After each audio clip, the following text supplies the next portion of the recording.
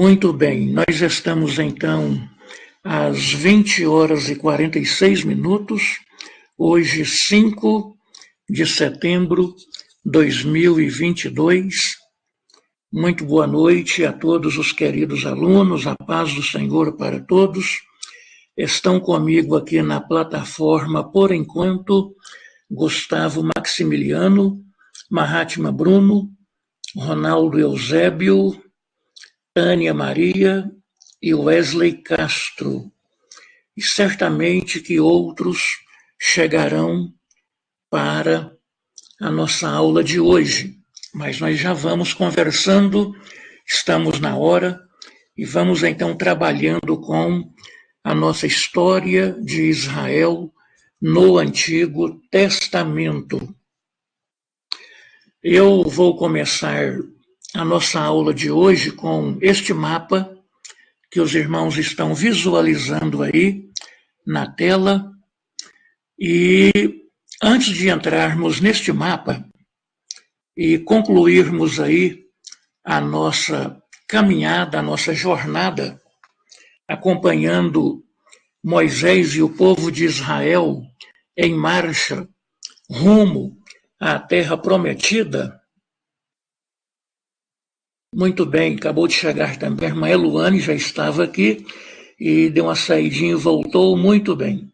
Então nós estamos com a turma quase completa, mas vamos então trabalhando e comentando aqui a nossa história de Israel.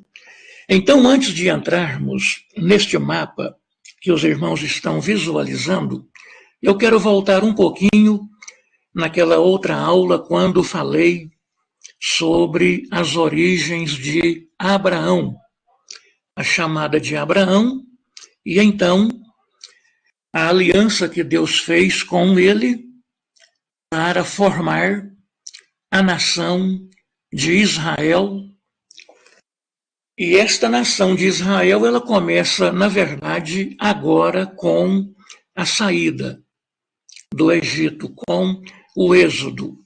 Mas voltando então lá em Abraão, eu coloquei para vocês aqui na caixa de mensagem, está aí na minha caixa, 3 palavras: hebreu, israelita e judeu.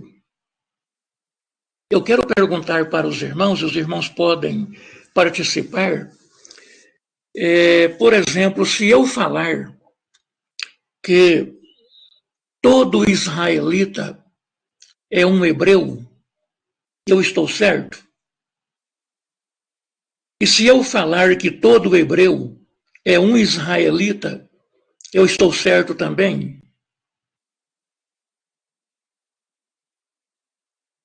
Então vamos lá, os irmãos podem participar comigo. Tiago Alves chegou também, Wesley Antônio também, muito bem. Então estou comentando aqui para vocês sobre ainda as origens de Abraão, e eu coloquei aí na caixa de mensagem hebreu, israelita e judeu. Então, se eu falar que todo hebreu é israelita, ou se eu falar todo israelita é um hebreu, qual que está certo? Ou se os dois estão certos? Os irmãos podem participar e falar aí para nós.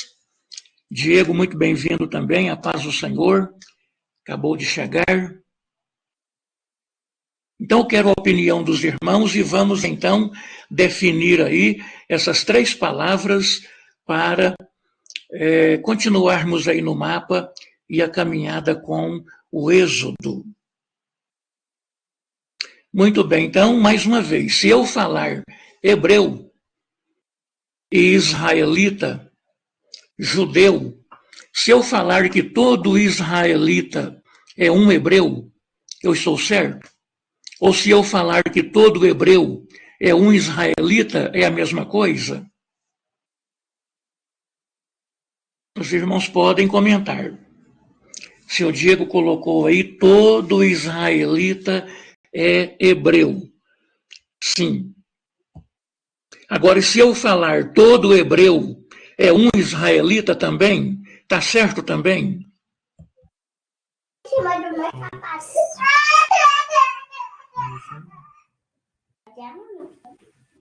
Irmão Wesley, Antônio?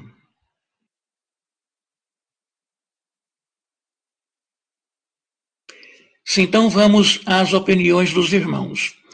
O Tiago Alves colocou aí, judeu é o praticante do judaísmo, israelita é natural de Israel, hebreu é descendente de Sem. Tá bem, vamos lá, vamos considerando a opinião de todos os irmãos, e aí vamos fazer então um resumo e uma explicação do que eu quero passar para os irmãos. Irmã Luane colocou que israelita é hebreu. Sim, e um hebreu é israelita também? Parece um pouco a mesma coisa, né? Mas é muito importante passarmos agora por esses nomes, né, para ficar bem claro a definição de cada um deles, né?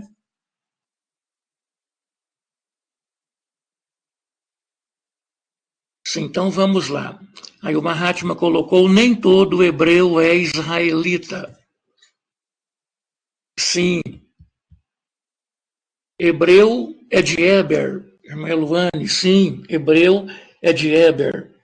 Eber, como nós já vimos na outra aula, está na família de Sem, né? E é de Eber que vem Serug, e depois lá mais na frente, né, vem o Terá, que é pai de Abrão, e portanto de Eber é que vem a palavra hebreu, que significa, na linguagem que os cananeus usaram quando Abraão entrou na terra, os cananeus chamaram Abraão de o hebreu, ou seja, aquele que veio do outro lado do rio. Nem todo hebreu veio de Eber. Sim, então, nem todos participaram da pergunta aqui, mas os que participaram, muito bem, muito obrigado. E vou falar então para os irmãos o que eu quero que os irmãos entendam e o que é a questão aqui. Então, Abraão é descendente de Eber. E é do nome Eber que vem a palavra hebreu. Então eu perguntei, todos os israelitas são hebreus? Bom, então se eu falar que todos os israelitas são hebreus, está certo, porque Abraão era hebreu e Abraão é o pai dos israelitas. Entenderam? Agora, se eu falar nem todo hebreu é um israelita. Então, todo israelita é um hebreu, mas nem todo hebreu é um israelita. Está entendendo? Por que eu digo isso? Geralmente os autores colocam na história o povo hebreu, falando diretamente do povo israelita. Mas é preciso colocar uma nota aqui, que os irmãos sabem que Abraão teve muitos filhos. Está entendendo? Abraão teve muitos filhos. Então, além de Isaque, que é o herdeiro da promessa, Abraão teve também Ismael, e depois da morte de Sara, Abraão teve outros filhos com Quetura, uma outra mulher. Então Abraão teve muitos filhos. Então é comum dizer que Abraão é o hebreu. Mas ele teve muitos outros filhos. Então vamos resolver a questão aqui com Jacó. É de Jacó que surge o nome Israel. Então, agora que nós vamos chegar em Israel, no neto de Abraão. Então, Jacó, filho de Isaque, neto de Abraão, tem o seu nome mudado de Jacó para Israel. E é muito interessante essa mudança de nome, porque aqui para nós, na nossa Bíblia e no Ocidente, nós tivemos a tradução de Israel como aquele que luta com Deus e vence, ou príncipe de Deus.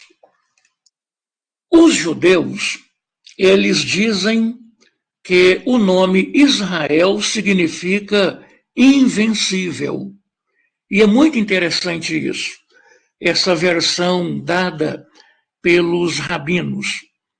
Israel significa, portanto, também invencível.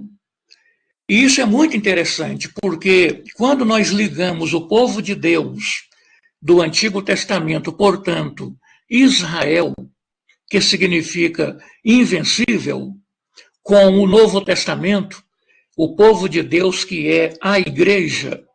Então, a igreja também, nós sabemos que significa invencível.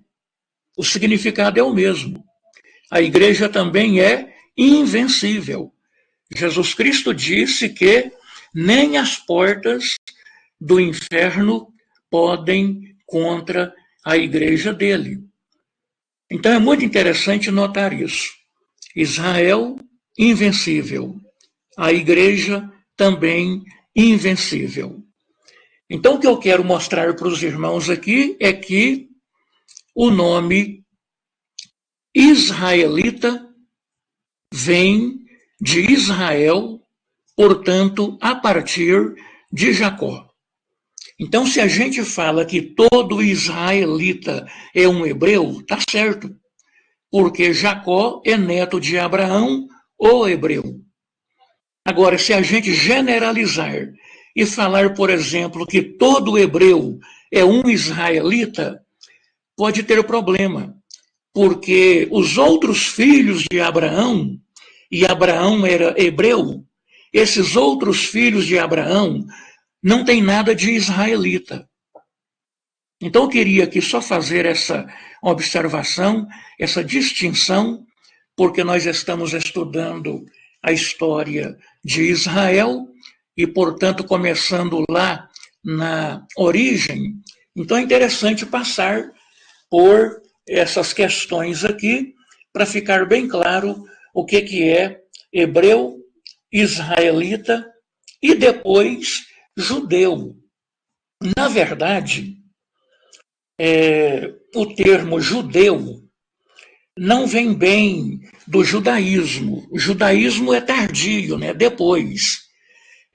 O nome judeu, ele vem da tribo de Judá. E o nome judeu, que é tardio também, ele vai ser usado como sinônimo de Israel, depois que as 10 tribos de Israel desaparecem com o cativeiro da Assíria, que nós veremos mais para frente.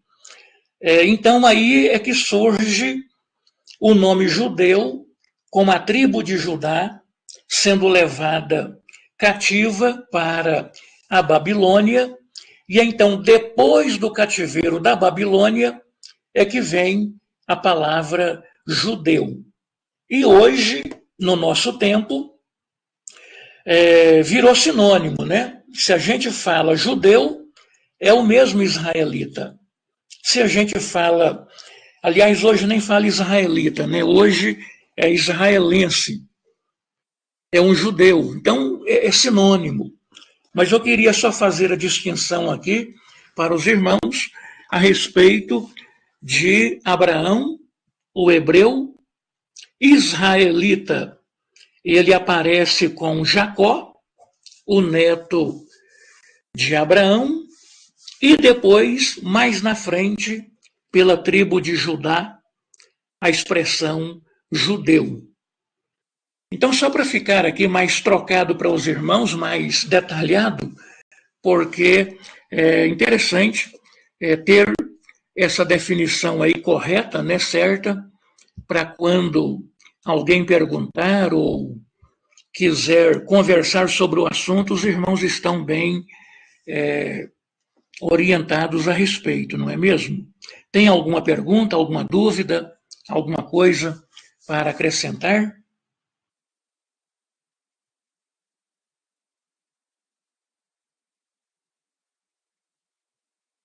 Então tá bom. Vamos caminhando aqui para frente.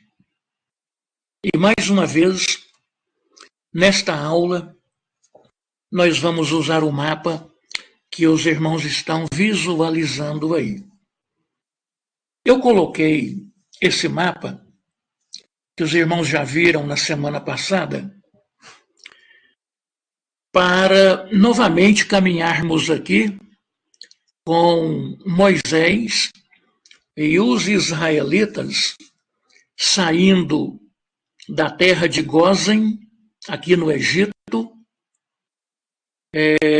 da localidade Ramsés, número 1, descendo para o sul, Sucote, número 2, indo até Pi-Hairote, número 3, e daí, conforme Êxodo, capítulo 13 e 14, a passagem pelo Mar Vermelho. Semana passada, nós já resolvemos essa questão, tanto da data do Êxodo, quanto também do local do Êxodo. E eu quero aqui, falando do local do Êxodo, mais uma vez, que hoje, dada a facilidade de pesquisa, internet e tudo mais, tem algumas pessoas seguindo uma determinada teoria que colocam a passagem pelo Mar Vermelho aqui onde eu estou apontando no mapa para vocês. Nessa região aqui de Midian, não no Golfo de Suez, mas no Golfo de Acaba. E essa teoria coloca o Monte Sinai na Arábia, portanto, a leste do Golfo de Acaba, que é esse da direita. Essa teoria não tem nenhuma fundamentação bíblica, porque quando você lê o texto de Êxodo, onde encontramos a passagem do Mar Vermelho, o texto é muito claro em dizer que a passagem pelo Mar Vermelho, ela se dá logo no início da caminhada dessa multidão saindo do Egito em busca da terra de Canaã. Então, a base bíblica que nós temos é muito clara, porque o êxodo acontece logo de imediato. O êxodo não, a passagem pelo Mar Vermelho, ela acontece logo de imediato, exatamente como nós temos aqui neste mapa. O pessoal sai e depois aqui de passar por 3 localidades, saindo de Ramsés, passando por Sucote ou Pitom, indo até Pi-Hairote, e então eles já atravessam o Mar Vermelho. É isso que diz a Bíblia. E essa outra teoria, então, ela não tem fundamentação bíblica, porque se o povo de Israel tivesse passado aqui, no Golfo do lado direito, no Golfo Oriental, que é Acaba, então isso estaria completamente fora do que a Bíblia diz. O êxodo estaria acontecendo depois, e bem depois, que o povo de Israel acampa ao pé do Monte Sinai para receber a lei, como recebeu das mãos de Moisés que por sua vez recebeu das mãos de Deus. Tá bem? Então, só para ficar claro aí, existe uma teoria, um comentário, pessoas que colocam em dúvida e então falam que o êxodo, aliás, a passagem pelo mar aconteceu aqui no Golfo de Acaba, né? E isso não tem fundamentação bíblica, porque, segundo a Bíblia, a passagem pelo mar acontece logo imediatamente após a saída do Egito.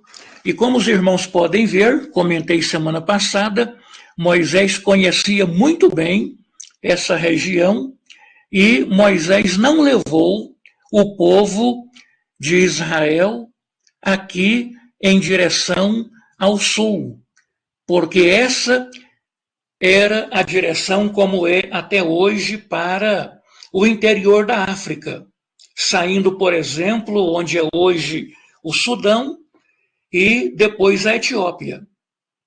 E Moisés conhecia muito bem essa região.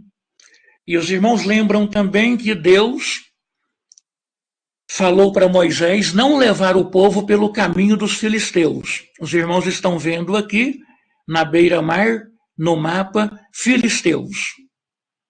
E Moisés evitou essa caminhada. Então, esse realmente é o caminho mais provável, de acordo com a Bíblia, feito por Moisés e o povo de Israel. Como eu falei para os irmãos, não vou aqui demorar muito e nem me ater aos detalhes, porque também os irmãos estudam essa parte aí na matéria Pentateuco. Mas, conforme a nossa história de Israel, precisamos então passar, ainda que mais depressa, nesses pontos aqui, em busca do Sinai. Muito bem. Depois de atravessar o mar, entrar pelo deserto do Sinai, que tem também aqui nessa parte o nome de deserto de Etã, passando pelo deserto de Sim. É um deserto só, mas com alguns nomes marcando regiões específicas. E então aqui, como tradicionalmente, é de consenso que o Monte Sinai está nessa localidade, e eu estou aqui nessa aula apontando isso para os irmãos, porque logo depois de 3 meses, o povo de Israel já está acampado ao pé do Monte Sinai. Então isso fica muito claro, conforme Êxodo 19, que a travessia do Mar Vermelho já havia acontecido há muito tempo e, portanto, bem atrás, como vimos aqui. E não depois, como querem alguns que seguem essa teoria do Golfo de Acaba. Então, nós estamos no Monte Sinai. O que acontece no Monte Sinai? Então, aqui nós temos um momento muito importante na nossa história e para o povo de Israel, porque é no Monte Sinai que Israel, como nação, então agora Israel não é apenas a família, o acampamento de Abraão, ou de Isaque, ou de Jacó, mas nós temos agora um acampamento aqui de milhares de israelitas, vamos dizer, resgatados por Deus, tirados do Egito.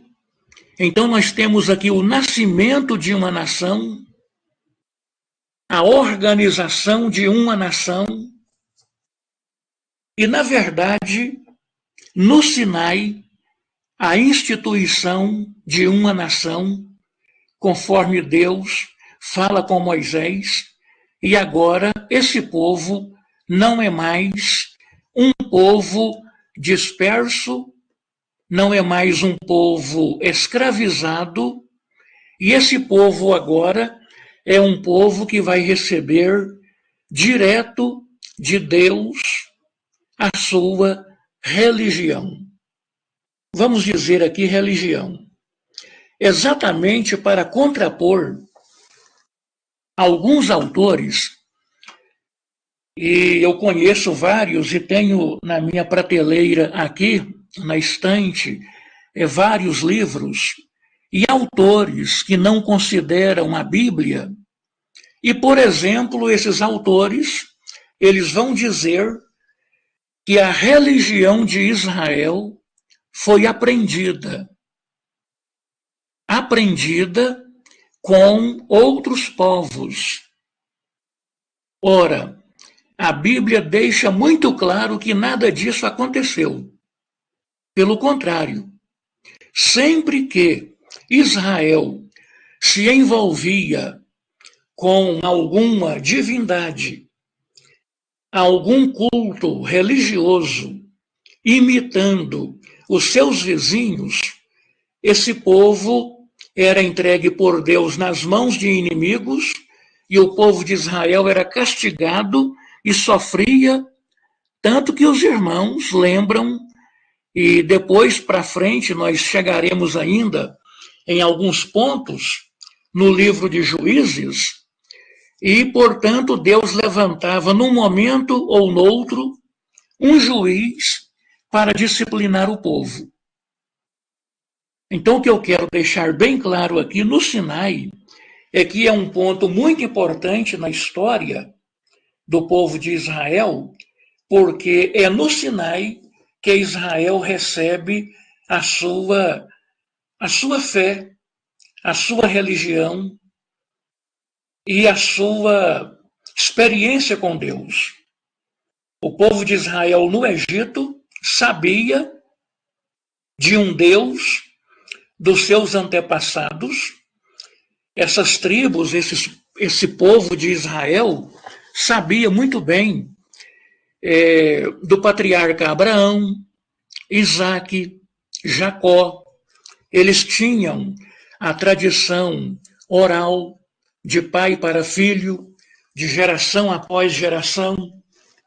Mas o conhecimento que eles tinham de Deus no Egito foi um conhecimento de ouvir falar.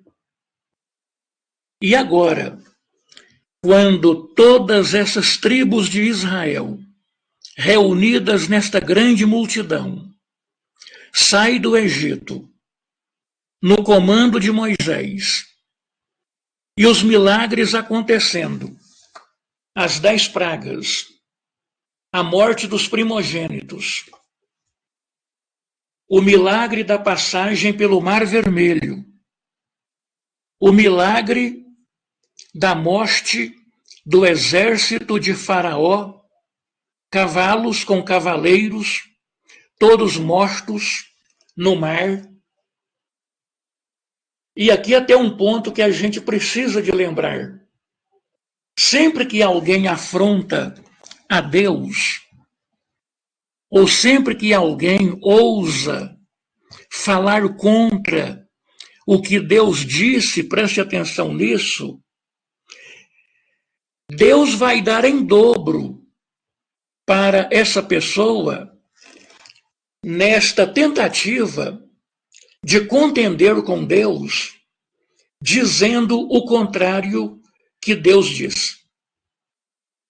Por exemplo, Deus abençoa Israel, quer tirar Israel do Egito, Israel é o povo de Deus, e o Faraó, inimigo de Israel, começa a matar as crianças do sexo masculino no rio Nilo e manda afogar as crianças no rio. Os irmãos estão entendendo agora o que acontece com os egípcios na passagem pelo mar? Ora, um mar é muito mais do que um rio. Então Faraó afogou as criancinhas de Israel no rio, agora Deus afoga os egípcios no mar. É bastante maior a situação aí negativa para o Egito do que o Egito fez com Israel. E isso nós podemos encontrar na Bíblia toda, o tempo todo, esses detalhes acontecendo. Então, o que eu quero deixar claro aqui, no Sinai, é que no Sinai, o povo de Israel agora é uma nação resgatada, uma nação que recebe e tem agora uma experiência jamais tida, não apenas por eles, mas por povo algum. Então, a religião de Israel não é uma imitação da religião de outras regiões, de outros povos. A religião de Israel não é copiada, não é aprendida com nenhum outro povo, nenhuma outra nação. E aqui nós temos uma exclusividade. A religião de Israel, ela é revelada. Deus dá as 10 palavras, o decálogo, e a partir daí nós temos todo um conteúdo nos livros de Moisés sobre o culto, sobre as ofertas, o holocausto, os sacrifícios, o sacerdócio, inclusive o livro de Levítico, no hebraico Vaikra, significa realmente um povo separado por Deus para cultuar a Deus, para adorar a Deus, como nós já vimos lá naquela aula sobre a mensagem da Torá. Então aqui nós temos a revelação da religião para Israel. Até aqui, há alguma pergunta? Alguém para falar alguma coisa aí para nós? Está entendendo? Está tudo ok?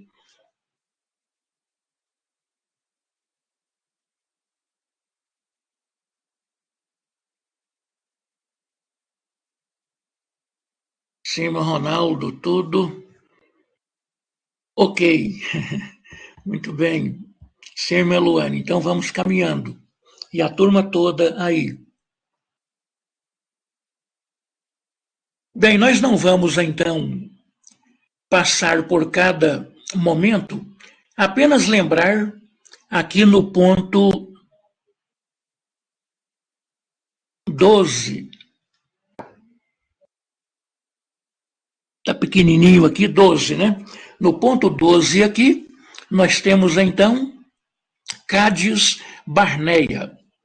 Cádiz Barneia significa consagrado, e aqui seria realmente a consagração de Israel entrando na terra de Canaã, na terra prometida.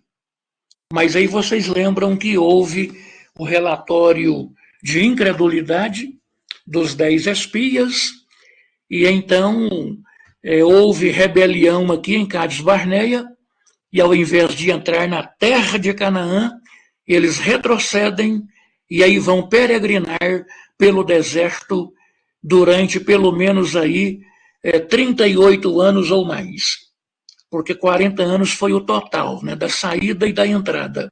Pelo menos aí mais de 38 anos a peregrinação desse povo pelo deserto, até que todos morreram acima de 20 anos, ficando apenas Josué e Calebe, que quando saíram do Egito tinham mais de 20 anos. O restante morreram todos no deserto. E é o que eu falei para os irmãos agora há pouco.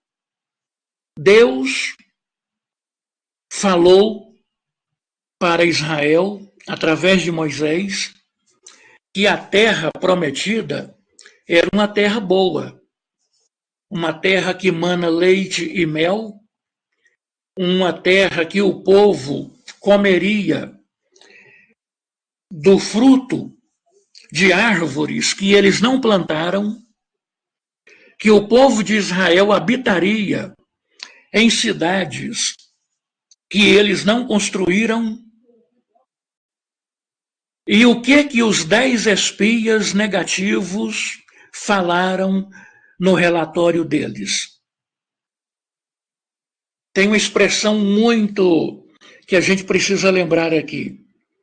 Aqueles espias falaram, menos Josué e Calebe. Os 10 falaram para Moisés e a nação toda. A terra é cheia de gigantes. A terra é tão traiçoeira e perigosa que ela engole os seus moradores vivos. Eles falaram mais. A terra não produz alimento nem para o povo que lá habita. E falaram mais. Nós nos vimos diante daqueles gigantes como gafanhotos. Gafanhoto vive no deserto? É uma pergunta. Gafanhoto não vive no deserto, porque gafanhoto come a vegetação. No deserto, geralmente não tem vegetação. Então é como se Deus tivesse falado para eles assim, tá bom, eu falei que a terra é boa, que a terra mana leite e mel, que a terra produz, que a terra... E Deus fala da terra abençoada. Eles falam contra Deus. É como se Deus falasse para eles assim, vocês falaram que são gafanhotos. Pois bem, como gafanhotos, vocês perecerão.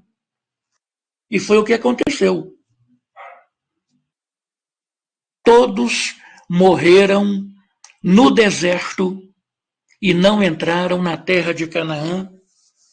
De 20 anos para cima, apenas Josué e Calebe. Só para lembrar aqui. Esse mapa, ele não está completo. Os irmãos estão vendo aqui que o mapa termina um pouquinho acima do Mar Morto. Nós temos aqui o Mar Morto, onde eu estou assinalando aqui.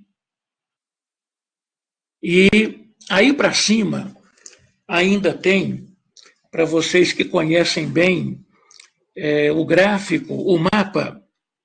Nesse mapa não completa, mas se esse mapa continuasse para o norte, indo até o Lago da Galileia e passando acima do Lago da Galileia, chegando até o pé do Monte Hermon, quando você lê a Bíblia, certamente de forma assim um tanto rápida, você pensa que o povo de Israel, nessa peregrinação, fez exatamente como está nesse mapa aqui. Na peregrinação, subindo aqui para a região do Monte Nebo, onde Moisés fica, e depois do Monte Nebo aqui, eles entram na direção de Jericó, como está no mapa. Mas não é isso que diz a Bíblia. Esse mapa aí não está completo. A Bíblia fala que depois, na liderança de Moisés, de uma guerra que teve aqui na região de Moabe, onde Israel vence Esbom, rei dos amorreus. Esbom é nessa região aqui, me parece que é o Salmo 136 que conta uma parte dessa história. Israel continua subindo, tanto para o norte, na liderança de Moisés, e não de Josué, ainda Moisés, tanto quanto ao território conhecido como o gigante Og, a terra do rei Og de Bazã, onde é hoje, se vocês puderem lembrar aí comigo, a região conhecida hoje como as Colinas de Golã. Aqueles montes altos que envolve o Hermon, as Colinas de Golã, fazendo divisa da Síria, Israel e o Líbano. O texto bíblico conta exatamente dessa forma, porque houve uma guerra aqui na região de Edom com Esbom, rei dos amorreus, e depois lá no norte, outra guerra contra Og, rei de Bazã. Og e Bazã fica ao oriente e acima do mar da Galileia. Aí depois é que, na liderança de Moisés, eles descem novamente para o sul, até a foz, ou perto da foz, do Rio Jordão, e aqui, nessa região que o mapa mostra agora, eles vão entrar na terra de Canaã. Então é importante notar tudo isso, porque senão você pensa que eles caminharam aqui diretamente e já entraram na terra. Não. Eles foram tão ao norte quanto perto do Monte Hermon. E depois voltam, e agora sim, Moisés morre no Monte Nebo e a liderança passa para Josué.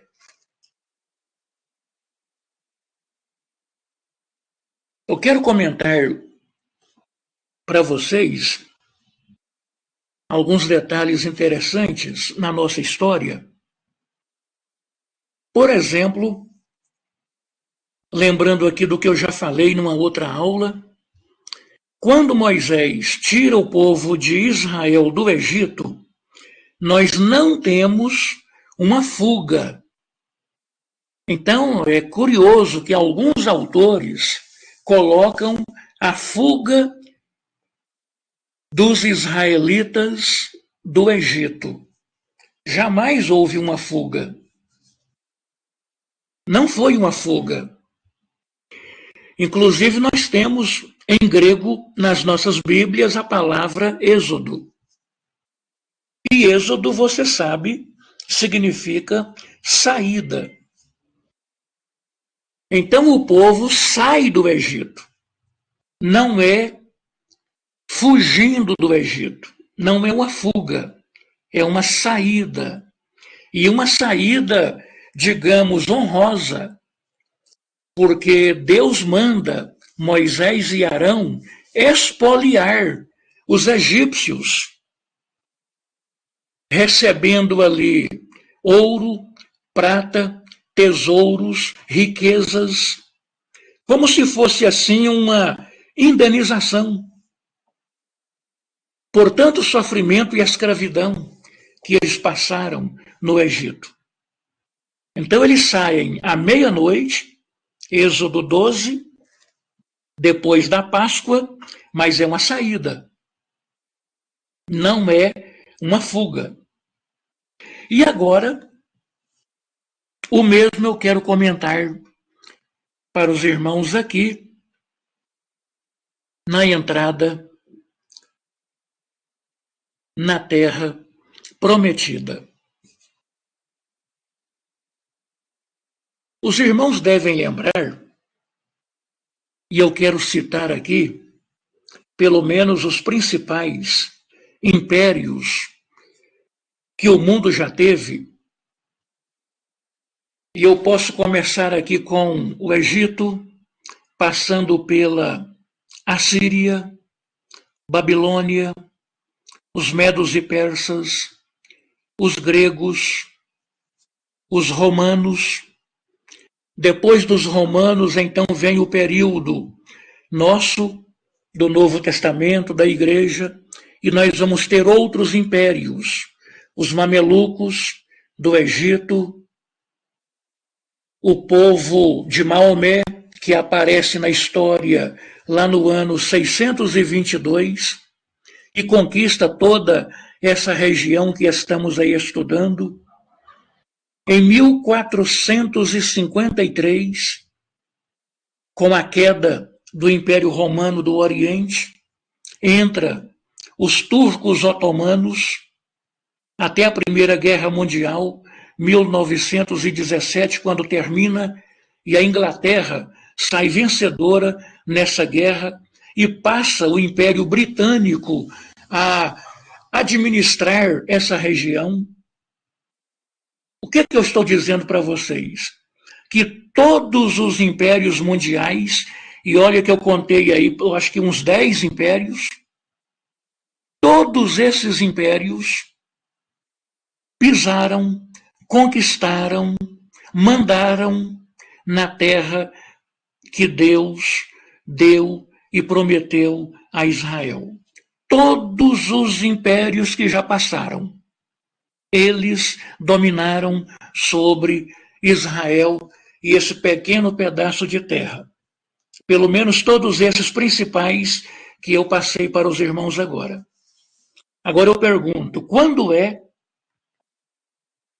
pelo menos uma vez, uma única vez, que Israel quis sair ou saiu da sua região, da terra que Deus deu para eles, para invadir outra terra e tomar outra terra, como os impérios fizeram com eles?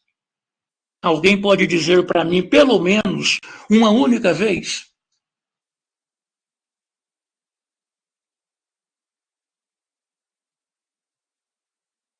Pode pensar aí e falar alguma coisa.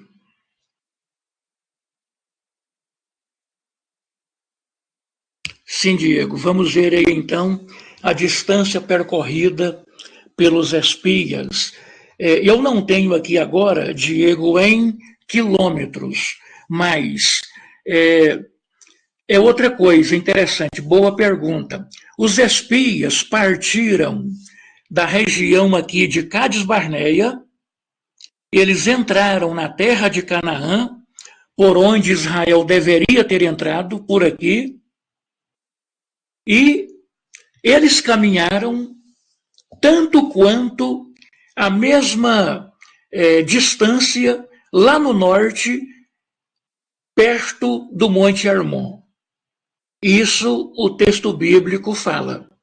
Então, os espias, eles caminharam a terra toda, e a gente, às vezes, numa leitura rápida, entende que eles ficaram só aqui na região próxima entre o Mediterrâneo e o Mar Morto, ou quem sabe até no máximo Jerusalém, aqui onde eu estou apontando. Não, eles foram tanto quanto próximo do Monte Hermon, bem lá no norte. Então essa foi a distância. Se colocarmos aí de Cádiz Barneia até acima do Lago da Galileia, vai dar mais de 500 quilômetros. Então nós temos aí uma boa distância. É mais ou menos de Anápolis, onde nós estamos aqui, lá no Tocantins. No começo aí do Tocantins, no sul, né, do estado, aí na divisa de Goiás com o Tocantins, mais ou menos essa distância. A nossa leitura, às vezes, não deixa perceber que alguns fatos não aconteceram de repente, num momento, num instante, como a gente está lendo. Por exemplo, eu falei agora há pouco aqui do Mar Vermelho e da passagem pelo mar. Quando você lê Êxodo, capítulo, me parece que é o 14, não é? Que fala dessa passagem, o texto diz que Deus fez soprar um vento oriental a noite toda e então o mar foi aberto. E o mar aberto, o povo passa E o texto diz que ficaram as águas como dois muros, né? Um de um lado, outro do outro. Então, muita água, porque fala muro. E muro, principalmente naquele tempo, era um muro bem alto. E o povo passa. Depois, o texto vai dizer que pela terceira vigília da noite é que o exército de Faraó entra no mar, perseguindo Israel, aproveitando o corredor feito por Deus. Ora, a terceira vigília da noite, ela está lá próxima de 3 horas da madrugada. Então a gente lê e pensa que tudo acontece como num filme na nossa frente. Mas quando você estuda e entra nos detalhes do texto, da mensagem, então você percebe as coisas realmente como elas aconteceram. Esse é o caso aí de Israel marchando com Moisés, como falei agora há pouco, e também, conforme a pergunta do Diego, os espias, mais ou menos, o tanto de terra que eles percorreram. Eles andaram a terra toda, até lá no extremo norte. Então, isso é muito importante, tudo isso é muito bom. Ninguém apontou para mim uma única vez que Israel saiu da sua terra para tomar terra dos outros. Eu disse aqui que todos esses grandes impérios mundiais tomaram a terra de Israel. E eu disse também que eu não encontro nenhuma única vez Israel tomando a terra de alguém. Diego, 500 só de ida, isso mesmo. E depois mais 500 para voltar. Então eles viajaram aí praticamente uns 1.000 quilômetros nessa viagem deles pela terra espiando. Isso gastou tempo. Eu estou colocando isso para vocês porque nós estamos agora entrando na terra prometida com Josué, e eu comentei isso numa outra turma, e um aluno comentou o seguinte: pastor, só uma vez, né, que Israel tomou terra dos outros. Aí eu perguntei, qual vez? E ele me falou prontamente: pastor, quando Israel entra com Josué na terra de Canaã. Eles tomaram uma terra que já era habitada. Aí eu falei para o aluno, né, muito tranquilamente, que não é isso que nós temos na Bíblia. Exatamente, não é isso. Israel não entrou na terra prometida para tomar a terra de ninguém. Israel entra na terra prometida a mando de Deus, no comando direto de Deus. É Deus quem está no comando e levando essa nação para entrar nessa terra prometida por Deus. E aí eu respondi àquele aluno: a terra é de quem? E ele foi sincero, ele disse: a terra é de Deus. Falei, muito bem, a terra é de Deus e Deus dá ela para quem Ele quer. Você tem alguma coisa contra? Aí ele riu. Quem vai ser contra? Quem vai dizer um não para Deus quando Deus diz o sim?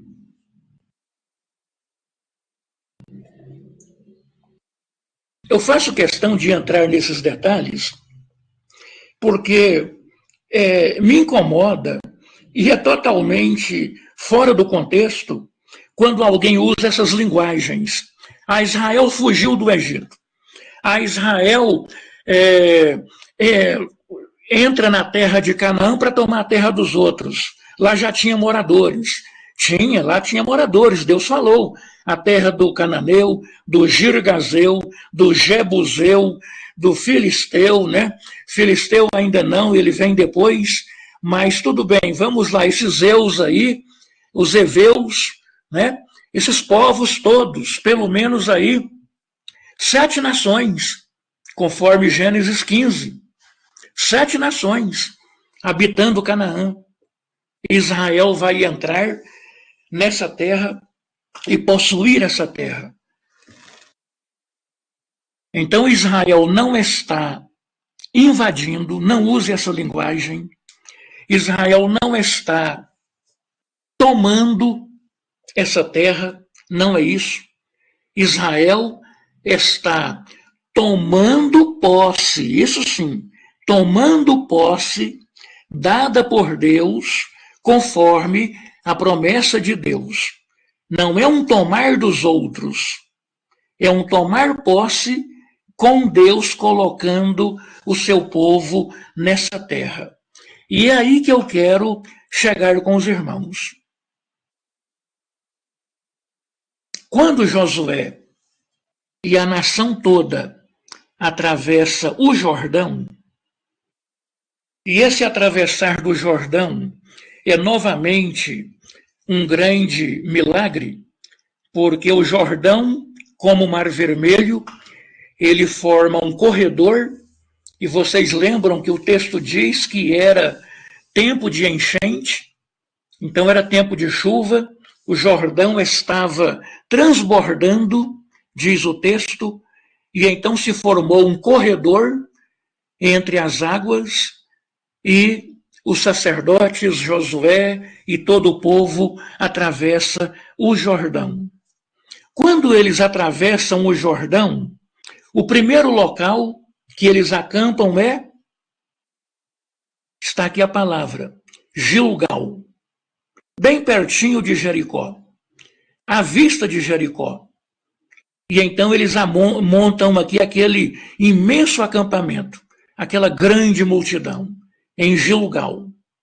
Gilgal é uma palavra que significa que o que estava atrás passou. Então o que ficou atrás é passado. Aqui esse povo é outro povo. Não é mais o povo do deserto, da peregrinação. Gilgal significa que agora houve uma tremenda mudança. O que estava para trás ficou para trás. Jordão é a fronteira, é a divisa, a fronteira. E o que é que acontece a partir daí? A primeira coisa que acontece com Israel é a celebração da Páscoa. Durante os 40 anos no deserto, Israel não celebrou a Páscoa. Eles fizeram a primeira Páscoa na saída do Egito e nunca mais. Até agora. Agora é que vão celebrar a Páscoa. Mas antes da Páscoa tem um detalhe. Os homens, todos os homens, têm que passar pela circuncisão. É outro fato. Durante a caminhada pelo deserto, o nascimento de tantas crianças que agora já são jovens e adultos, e entrando na terra de Canaã, eles estão incircuncisos. Então a primeira coisa é circuncidar. Bom, eu gosto dos detalhes e acabo alongando um pouquinho mais. Vocês sabem muito bem o que é a circuncisão. A remoção da pele, da ponta, do pipil do neném, né, para ficar bem claro, do menino. Então tira ali aquela pele, é como se fosse hoje uma operação de fimose, algo parecido, E então é isso que aconteceu. Qual é a mensagem? Vocês sabem que a circuncisão é isso. Mas qual é a mensagem? A mensagem é de limpeza. A mensagem é de purificação. Algo espiritual está acontecendo aí. Para Israel, é a circuncisão. Como para nós na igreja, é o batismo. Para você assentar à mesa e comer com Deus, você tem que primeiro tomar um banho. Então, batismo significa realmente tomar um banho, purificação, para então assentar à mesa e comer com Deus. Batismo e ceia. É o que está acontecendo aqui agora com Israel. Primeira coisa, circuncisão. O que nós interpretamos como batismo. E depois, a Páscoa. A ceia do Senhor para eles. Quem vai para a guerra faz isso. Em outras palavras, Jericó, como vocês conhecem o texto bíblico, está rigorosamente fechada, protegida, ninguém entra, ninguém sai. Os soldados de Jericó estão em cima dos muros, espiando e olhando a movimentação do exército de Israel. Eles não entendem o que está acontecendo. E eu pergunto então para vocês, quem vai para a guerra numa situação dessa, conquistar uma fortaleza como era essa na época, Jericó, quem vai para esse embate? Vai fazer uma circuncisão? Imagine vocês, todos os homens de guerra feridos, porque eles estão feridos. Esse processo da circuncisão leva alguns dias para cicatrizar. Eles não tinham o que nós temos hoje de curativo, de tratamento. Imagine vocês um homem pegar numa espada para lutar corpo a corpo com esta parte do corpo ferida. Não é brincadeira, não, mas eu quero chamar a atenção dos irmãos para esse detalhe, porque esse povo não está invadindo Canaã. Esse povo está tomando posse de uma terra que Deus deu para eles. Então é assim que eles vão para a guerra. Primeiro, então, eles estão feridos, a circuncisão, vão ter que esperar sarar para poder marchar, como fizeram. E nós estamos vendo aí, então, um grande milagre. Tem uma palavra que eu vou deixar para a semana que vem, vocês me lembrem. Essa palavra é herem. Na semana que vem nós vamos comentar sobre o herem. Mas eu quero aqui completar o raciocínio com o que está acontecendo nessa entrada, nessa guerra por Jericó. E eu quero pedir um de vocês, o Diego está digitando aí, pode completar. Eu quero pedir um de vocês para abrir a Bíblia em Josué capítulo 6 e ler para nós aí alguns versículos. Talvez aí uns 5, 6 ou mais, vamos ver aqui. Quem for ler, por favor, pode se apresentar, use o microfone e leia para nós Josué capítulo 6, a partir do verso 1. Sim, Diego, estavam de resguardo. Qual o objetivo da circuncisão? Sim, Diego, eu falei, não é? É o batismo, né? É o batismo deles. O objetivo da circuncisão é purificação, é lavagem, purificação, limpeza. Para nós é o batismo, para eles a circuncisão, para nós a ceia, para eles a Páscoa. Sim, é importante falar isso. Como o Diego colocou aí, os homens estavam de resguardo, porque estavam feridos e tinha que sarar para depois ir para a guerra. Então a guerra não era deles. Sim, Diego. O Diego mesmo vai fazer a leitura. Sim. Eu vou ler também, mas por que esse período todo no deserto, eles não fizeram a circuncisão e nem a Páscoa? Sim, Diego. Realmente, devido à própria peregrinação, né, a viagem, e não estavam preparados e nem tiveram tempo nos acampamentos, né? Sempre a expectativa do inimigo, da guerra, de qualquer coisa. Então, enfim, certamente por conta de tudo isso, o texto bíblico diz então que depois da primeira Páscoa no Egito, eles vão celebrar outra só nesse momento, quando já estão em Canaã. O senhor quer o Josué 6 até qual versículo? Capítulo 6, Diego. Capítulo 6, leia para nós aí até o 6, vamos ver. Ora, Jericó estava rigorosamente fechada por causa dos filhos de Israel. Ninguém saía, ninguém entrava. Então disse o Senhor a Josué: Olha, entreguei na tua mão Jericó, o seu rei e os seus valentes. Vós, pois, todos os homens de guerra, rodeareis a cidade, cercando-a uma vez. Assim fareis por 6 dias. 7 sacerdotes levarão 7 trombetas de chifre de carneiro.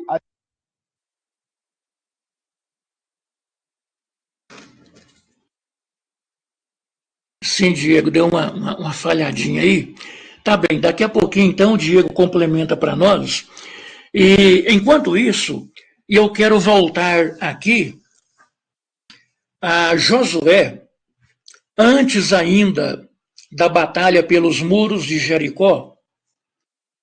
Numa manhã daqueles dias, Josué estava de pé diante de Jericó, certamente olhando e buscando uma estratégia de como tomar aquela cidade, quando de repente aparece do lado dele um soldado, um homem, com uma espada desembainhada na mão. Josué leva certamente um susto e pergunta: quem é você? Você é dos nossos ou é contra nós? E o que é que aquele ser fala para Josué? Ele fala o seguinte: eu sou o comandante dos exércitos do Deus Altíssimo e acabo de chegar. A gente fala um negócio desse arrepiando, né? Eu sou o comandante dos exércitos do Deus Altíssimo e acabo de chegar. O que que Josué fala para esse ser celestial? Então Josué fala: o que é que manda dizer o meu Senhor? Josué prostra em terra e o anjo, né, o Senhor, que está ali, o próprio Deus representado naquela personagem, que alguns comentam, inclusive, que poderia ser o próprio Jesus pré-encarnado, como nós temos algumas vezes no Antigo Testamento. E então, aquele ser celestial fala para Josué: tira as sandálias dos teus pés, porque o lugar que você pisa é terra santa. Que tremendo isso! O que nós aprendemos com isso? Nós aprendemos com isso exatamente o que eu estou enfatizando bastante aqui nessa aula, nesse momento. Quando o anjo fala para Josué, tira as sandálias dos teus pés, porque o lugar que você está pisado é terra santa, é como se Deus estivesse falando para Josué, olha, essa terra é minha, eu coloquei vocês aqui, estou entregando essa terra para vocês, e, portanto, fiquem sabendo que eu é que mando, é que tomo conta, que sou o dono dessa terra, e que em tudo vocês dependem de mim. Tirar as sandálias naquele tempo significava exatamente a questão de que aqueles pés vinham de outras terras, de idolatria, de ídolos, de outros deuses, e Deus está falando para eles agora, olha, fiquem sabendo que aqui eu coloquei vocês para vocês me buscarem e adorar. É isso que está acontecendo. E aí, Deus dá para Josué as diretrizes, a estratégia, o comando, e tudo vai acontecer realmente como acontece. Então, obrigado, Diego colocou para nós aí o texto, vamos lá. Ora, Jericó estava rigorosamente fechada por causa dos filhos de Israel. Ninguém saía, nem entrava. Então disse o Senhor a Josué, olha, entreguei na tua mão Jericó e o seu rei e os seus valentes. Então preste atenção, Israel está invadindo terra dos outros? Israel está tomando terra dos outros? Nada disso. Embora autores afirmam que sim, o texto bíblico está dizendo aí, entreguei na mão de vocês Jericó, o seu rei e seus valentes. Vós, pois, todos os homens de guerra, rodeareis a cidade, cercando-a uma vez. Assim fareis por 6 dias. 7 sacerdotes levarão 7 trombetas de chifre de carneiro, que é o shofar, adiante da arca. No 7º dia, rodeareis a cidade 7 vezes. Ao todo, 13 voltas. E os sacerdotes tocarão, atentem comigo aqui para o plural da palavra trombeta. E no plural, os sacerdotes tocarão as trombetas. Note aí no plural. E será que, tocando-se longamente a trombeta de chifre de carneiro, vocês viram uma mudança aí, de uma frase para outra? Eu coloquei para vocês aí o plural. Vocês estão vendo que, a partir do plural, passa para o singular? Vocês notam isso aí? Aqui, 7 sacerdotes levarão 7 trombetas, plural. Os sacerdotes tocarão as trombetas, plural. E agora vem, e será que, tocando-se longamente a trombeta, agora não são 7. Nós temos aqui a trombeta. Ouvindo vós o sonido dessa trombeta.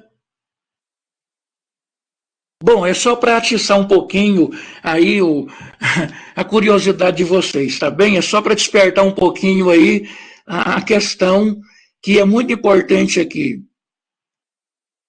Além dos sacerdotes, tinha tocando uma trombeta um ser celestial. Parece que sim. Parece que a gente está vendo aqui um anjo tocando uma trombeta. Vocês não estão vendo isso? Eles estão tocando as trombetas. De repente o texto fala, e será que, tocando-se longamente a trombeta, agora não são as trombetas, é a trombeta. E aí é hora do povo gritar, pular, e o que vai acontecer? O muro vai ser implodido. De repente, aquele terremoto ali faz o muro entrar terra adentro. Sim, o Diego colocou o outro texto aí que eu falei de Josué e o ser celestial, não é? Muito bem, está completo aí. Pois é, Diego. Nós começamos aí com 7 sacerdotes tocando 7 chofares e de repente agora, quando o povo ouve o toque de um chofar. É impressionante isso aí. Tem alguma coisa diferente aí. Entre os sacerdotes tocando 7 trombetas, tinha com eles ali ninguém vendo um anjo tocando um chofar diferente? É só uma pergunta, porque o texto aí, e vocês podem ler outras Bíblias também, interessante que vem no plural e de repente passa para o singular. Trombetas, trombetas, trombetas, e agora uma trombeta. E não fala de quem é ela.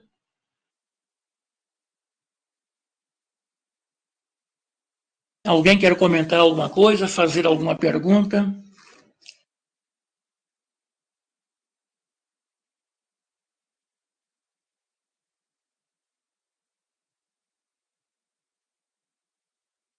Isso tudo é muito importante, porque nós estamos lidando, como estamos falando desde lá o início do curso, com uma história repleta do sobrenatural, de milagres, uma história sagrada. Dá até um arrepio, né, Diego, de imaginar a situação. Leia o texto com bastante atenção, continue lendo o texto. Vai falando trombetas, trombetas, trombetas.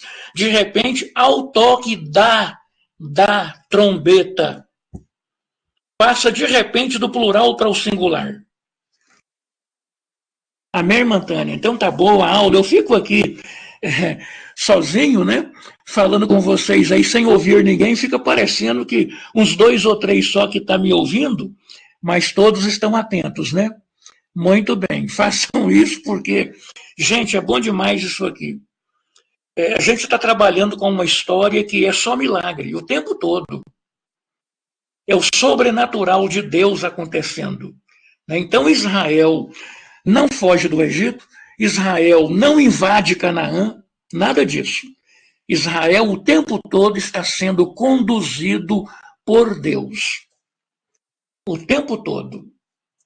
E até na peregrinação dos 40 anos, né, o tempo todo, porque o texto depois diz que o sapato deles não acabou, a roupa deles não acabou também.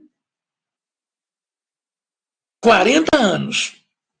Eles não fizeram sapato e nem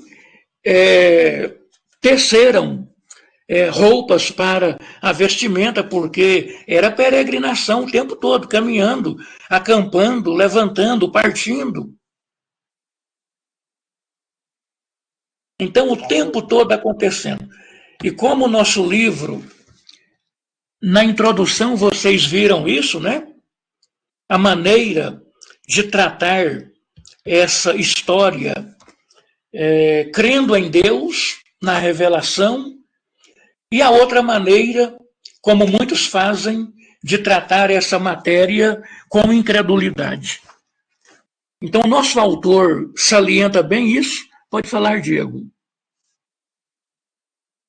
Então, até chegar lá em Cades Barneia, o povo ficou em Sim, torno de 2 anos no deserto. até Cádiz Barneia por volta de 2 anos. Isso, E Diego. nesse período, o porquê que demorou 2 anos? Se Moisés conhecia a região.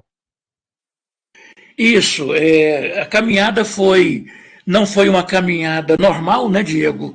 É uma caminhada aí com, segundo o melhor comentário, até de 3 milhões de pessoas, porque 600 mil era só homem de guerra, né, que sai do Egito. Aí vão nascendo crianças e morrendo gente também. E a caminhada continua. 2 anos. E depois 38 anos. Então, até pouco mais de 3 meses, eles estão no Sinai. Aí eles demoram no Sinai em torno de 1 ano, Diego. Por aí, o texto aí mostra isso, né? Em torno de 1 ano ou um pouco mais. Então é por isso. Aí demora até chegar a Cádiz Barneia, terão passados aí 2 anos. E depois mais 38 anos. E aí completam os 40, né? Muito bem. Nós vamos caminhando para o final da nossa aula de hoje. Se tiver mais alguma observação, mais alguma pergunta. Pois é, Wesley Castro, essa trombeta não seria de número 10, não é? Poderia colocar um número nela aí, né? Mas o texto fala só de 7, né? 7 trombetas, né? E aí as 7 tocam, as 7, né, trombeta, de repente fala a trombeta. É impressionante. Porque Josué tem a visita desse comandante dos exércitos de Deus, e depois nós temos aí essa trombeta misteriosa.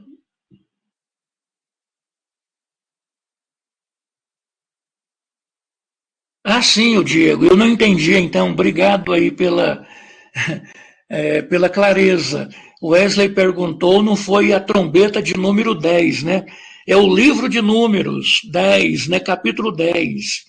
Números que ele se refere ao livro de Números, né? Ah, muito bem, agora entendi, irmão Wesley.